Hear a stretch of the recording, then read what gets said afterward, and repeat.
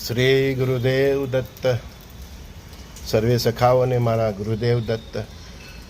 કૃષ્ણમ વંદે જગતગુરુ. જય સ્વામિનારાયણ, જય શ્રી કૃષ્ણ, જય જિનેન્દ્ર, બાહે ગુરુ. પરમાત્માની લીલા અપરંપાર છે. જે કહ્યું છે એ જ દિશામાં દુનિયા જઈ રહેલી છે. દીકરાને બચાવવા બાપ મેદાને પડી ગયો. ઇઝરાયલ અને ઈરાનના યુદ્ધમાં અમેરિકાએ ઝંપલાવી દીધું છે. જે રીતનું નુકસાન અબજો રૂપિયાનું અને અણુરિએક્ટર પર હુમલા કરીને અમેરિકાએ કર્યું છે, આ ચિનગારી જે ગુરુવાણી છે ઈસા અને મૂસાની, તો એ દિશામાં જ આ એનો ટ્રિગર પોઈન્ટ છે. મેં કહ્યું હતું ને તમને બધાને કે આ 10 દિવસ અને 21 તારીખ પણ આપી જ હતી. 21 તારીખની રાતે 22ની સવારે જ આ ઘટના ઘટી છે. હજુ આ 30 જૂન સુધીનો સમય અને જુલાઈના અંત સુધીનો સમય વિશ્વયુદ્ધની દિશાના એમાં જે મહત્ત્વનો ભાગ ભજે એવા ટ્રિગર પોઈન્ટ બધા થવાના છે. એટલે આ એક ટ્રિગર પોઈન્ટ અમેરિકાએ પણ કરી દીધું. પહેલાં યુક્રેને કર્યું, ઇઝરાયલે કર્યું ઈરાન પર હુમલો કરીને. આ બીજો ટ્રિગર પોઈન્ટ અમેરિકાએ ઈરાન પર કરીને. આ રીતે 30 જૂન સુધી, એટલે કે અને તેમાં પણ જુલાઈના અંત સુધી આવી રીતના એક પછી એક ટ્રિગર પોઈન્ટ થયા જ કરશે. અને પરિસ્થિતિ એવી થાય કે બધી બાજુથી લડાઈ ભડકી ઉઠશે. ઈરાનનું સ્ટેટમેન્ટ આવી ગયું છે કે ગેમ હવે શરૂઆત થઈ છે. આ યુદ્ધની શરૂઆત અમેરિકાએ કરી છે, અંત અમે લાવીશું. અને ભાઈલાઓ ઈરાનને કમ નહીં સમજતા. જે રાષ્ટ્ર સુપરસોનિક મિસાઇલ બનાવી શકે છે તે કંઈ પણ કરી શકે છે. સમજાય છે? એને કમ આંકવાની ભૂલ ઇઝરાયલ અને અમેરિકાએ કરી છે. એ આખા મિડલ ઇસ્ટને અને ઇઝરાયલને, અમેરિકા અને યુરોપને ભારે પડવાની છે. ઈરાન અણુબોમ્બ બનાવી લેશે. હવે ઈરાનના હાથમાં ડાયરેક્ટ કે ઇનડાયરેક્ટ અણુબોમ્બ આવી જશે. એના જેવી ક્ષમતાના કોઈ હથિયાર આવી જશે. એના પ્રોક્સી કોઈ પણ હવે મિડલ ઇસ્ટમાં ઇઝરાયલ પર કે એના ચમચાઓ પર હુમલો આવો પ્રાણઘાતક કરી શકશે. એમ કે હવે અમેરિકા અને ઇઝરાયલે ઈરાનના હાથ ખોલી નાખ્યા છે. ઈરાનની પ્રજા ખમીરી પ્રજા છે. એની એન ઉપર આવી જશે તો મિડલ ઇસ્ટ ભરકે ભરશે ને એની આગ યુરોપ સુધી ફેલાવાની છે. પહેલાં જ કહ્યું હતું મેં તમને મારા અમુક વિડીયોમાં કે આ વિશ્વયુદ્ધ જેવી પરિસ્થિતિમાં સૌથી વધારે નુકસાન અમેરિકાને થશે, તે પછી કેનેડા, બ્રિટન અને ફ્રાન્સ, તે પછી જર્મનીને. સમજ્યા? હવે એ જ દિશામાં આ ટ્રિગર પોઈન્ટ આજથી અમેરિકાએ ઈરાન પર હુમલો કરીને કરી નાખ્યો છે.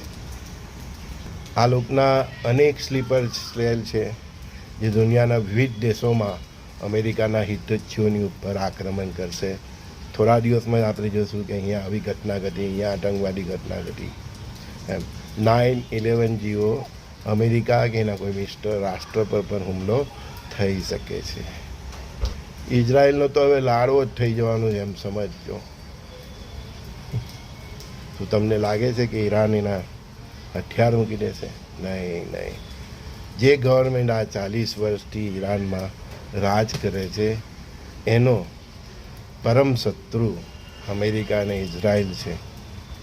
એ જતાં આ બેની હું હાલત કરે ને યુરોપની હું હાલત કરે એ આપણે હવે જોવું જ રહ્યું. ઈરાનની આજુબાજુ જેટલા અમેરિકન બેઝ છે એ લોકો હવે સાવધ થઈ જાય. ત્યાં જોબ કરતા લોકો પણ હવે સાવધ થઈ જાય. પેટ્રોલ અને ગેસના ભાવ હવે ભડકે ભરવાના છે. જોઈએ ભારત સરકાર ક્યાં સુધી અને કેટલો એની પર નિયંત્રણ કરી શકે છે. સમુદ્રમાં ફરતા જહાજો પર હુમલો થશે, ઓઇલ લઈ જતા જહાજો પર હુમલો થશે. હવે બધું જ થશે જેની કલ્પના તમે નહીં કરી હોય. કોઈ એ નથી વિચારતું કે પૃથ્વી માતાની છાતી પર આટલા વજ્રઘા થઈ રહેલા છે તો એની પ્રતિક્રિયા પૃથ્વી માતા કઈ રીતે આપશે? બરાબર ને? અમેરિકાએ જે બોમ્બ નાખ્યો છે એ એક બોમ્બનું વજન 13,660 કિલો છે. 13,660 કિલોનું વજન આસમાનથી આટલી ઊંચાઈએ નાખવું અને ધરતીની છાતી ચીરીને અંદર વિસ્ફોટ કરે. આનું રિએક્ટરનું તો જે થવાનું તો થાય. ભાઈલાઓ, ધરતી માતાની છાતી ચીરીને જે તમે આ ધડાકા કરો છો ને, એનું જે પ્રકૃતિનું રિએક્શન આવશે ને, તે હવે કોઈ બરદાસ્ત કરી શકશે નહીં. અને એનું સૌથી વધારે રિએક્શન અમેરિકા અને યુરોપ પર જ આવવાનું છે. પ્રકૃતિ હવે પ્રલય કરશે ને એના ઘા, એના લાફા હવે અમેરિકા અને યુરોપ કે મિડલ ઇસ્ટ બરદાસ્ત કરી શકશે નહીં. મેં મારી ઈચ્છા વ્યક્ત કરી જ હતી કે અમેરિકા પણ આ યુદ્ધમાં લપટાવવું જોઈએ, તો એને ખબર પડે કે એને રશિયા સાથે શું કર્યું છે, એને ભારત સાથે શું કર્યું છે, એને કોરિયા સાથે શું કર્યું છે. જ્યાં સુધી આગ પોતાના ઘર સુધી નથી આવતી ત્યાં સુધી આવા દુષ્ટ રાષ્ટ્રોને ખ્યાલ નથી આવતો. હજુ તો સૂર્યદેવ આદ્રા નક્ષત્રમાં એન્ટ્રી જ મારે અને અમેરિકાએ આ પરાક્રમ કર્યું છે. ગુરુ ઓલરેડી આદ્રા નક્ષત્રમાં છે, ગુરુદેવ એક્શનમાં છે. એની સાથે સાથ આપવા માટે સૂર્યદેવ ઓલરેડી એક્શનમાં આવી ગયા આજે સવારથી જ, બરાબર. ત્યાં જ આ ઘટના ઘટી. હા, મંગળ કેતુ તો એક્શનમાં જ છે, મંગળ અને રાહુદેવ પણ એક્શનમાં છે, મંગળ અને શનિ પણ એક્શનમાં છે. અને થોડા દિવસમાં શનિદેવ પણ વક્રી થવા જઈ રહેલા છે. ગ્રહો તાંડવ કરે છે તો પૃથ્વી પર તાંડવ થવાનું જ છે ભાઈ. હવે ચક્રવાત વધશે, વિમાન દુર્ઘટનાઓ વધશે. તોબા તોબા.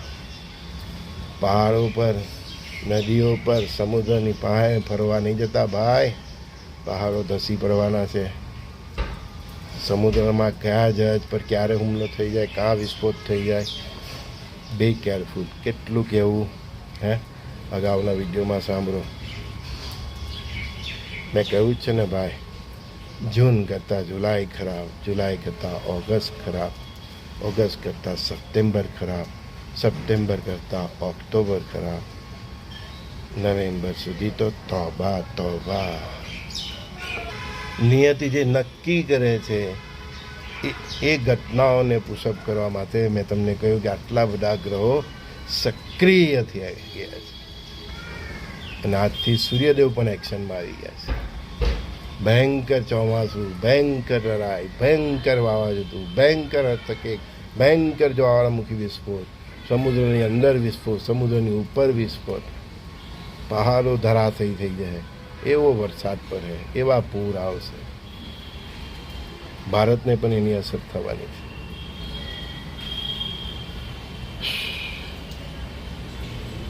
હે ગુરુદેવ,